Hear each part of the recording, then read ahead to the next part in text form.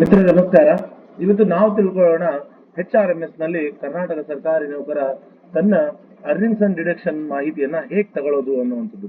ಇದು ಯಾವಾಗ ಹೆಲ್ಪ್ ಆಗುತ್ತೆ ಅಂತ ಹೇಳಿದ್ರೆ, ನಮ್ಗೆ ಐ ಟಿ ಡಿಡಕ್ಷನ್ ಮಾಡುವಾಗ ಅಥವಾ IT ಫೈಲ್ ಮಾಡುವಾಗ ನಮ್ಗೆ ಇದರ ಅವಶ್ಯಕತೆ ಬಹಳಷ್ಟಿದೆ.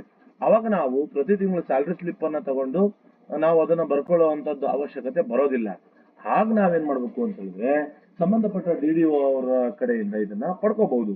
ಹೇಗಪ್ಪ ಅಂತ ಹೇಳಿದ್ರೆ, HRMS ನಲ್ಲಿ ಪ್ರತಿಯೊಬ್ಬ ಎಂಪ್ಲಾಯಿ ಅವರದು ಮಾಹಿತಿಯನ್ನ ನಾವು ತಗೋಬಹುದು. ಹೇಗೆ ನೋಡೋಣ ಬನ್ನಿ. ಸೊ HRMS ನ ಹೋಮ್ ಪೇಜ್ ಅಲ್ಲಿ ಇದೀವಿ. ಇಲ್ಲಿ ಬಂದ್ಬಿಟ್ಟು ರಿಪೋರ್ಟ್ಸ್ ಅಂತ ಇದೆ ನೋಡಿ. ರಿಪೋರ್ಟ್ಸ್ ಅಲ್ಲಿ ಇಲ್ಲಿ ಅರ್ನಿಂಗ್ಸ್ ಅಂಡ್ ಡಿಡಕ್ಷನ್ ರಿಪೋರ್ಟ್ಸ್ ಅಂತ ಇದೆ. ಇದ್ರ ಮೇಲೆ ಕ್ಲಿಕ್ ಮಾಡಿ. ಕ್ಲಿಕ್ ಮಾಡಿದ ತಕ್ಷಣ ತಿಂಗಳು ಕೇಳುತ್ತೆ, ನಿಮ್ಗೆ ಯಾವ ತಿಂಗಳಿಂದ ಯಾವ ತಿಂಗಳವರೆಗೂ ನಿಮ್ಗೆ ಮಾಹಿತಿ ಬೇಕು ಅಂತ. ಸೊ ನಾನೀಗ ಜನವರಿ 2025ರಿಂದ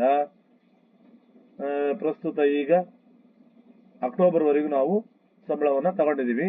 so October 2025. So KJD number, ನನ್ನ KJD ನಂಬರ್ ಅನ್ನು ನಾನೀಗ ಎಂಟರ್ ಮಾಡ್ತಾ ಇದ್ದೀನಿ. ಇಲ್ಲಿ ಮೆಟಲ್ ನಂಬರ್ ಅಂತ ಇದೆ, ಅದನ್ನು ನೀವೇನು ಎಂಟರ್ ಮಾಡೋದು ಬೇಕಾಗಲ್ಲ. ಸೊ ವ್ಯೂ ಕೊಡಿ.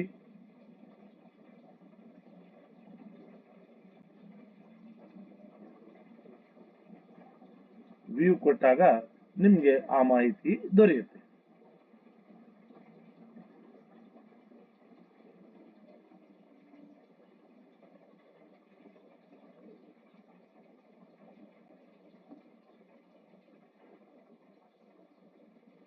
ಸೊ ಇಲ್ಲಿ ಬಂತು ನೋಡಿ.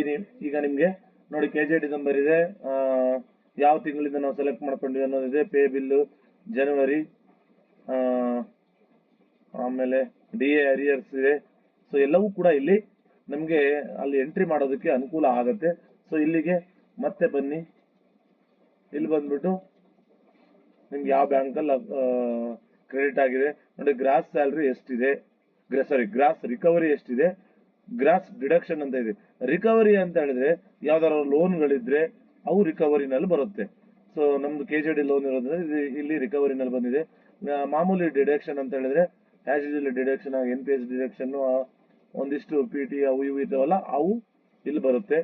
ಸೊ ಗ್ರಾಸ್ ಸ್ಯಾಲರಿ ಎಷ್ಟಿದೆ ಅನ್ನುವಂಥದ್ದು ಇಲ್ಲಿ ತೋರಿಸ್ತಾ ಇರುತ್ತೆ.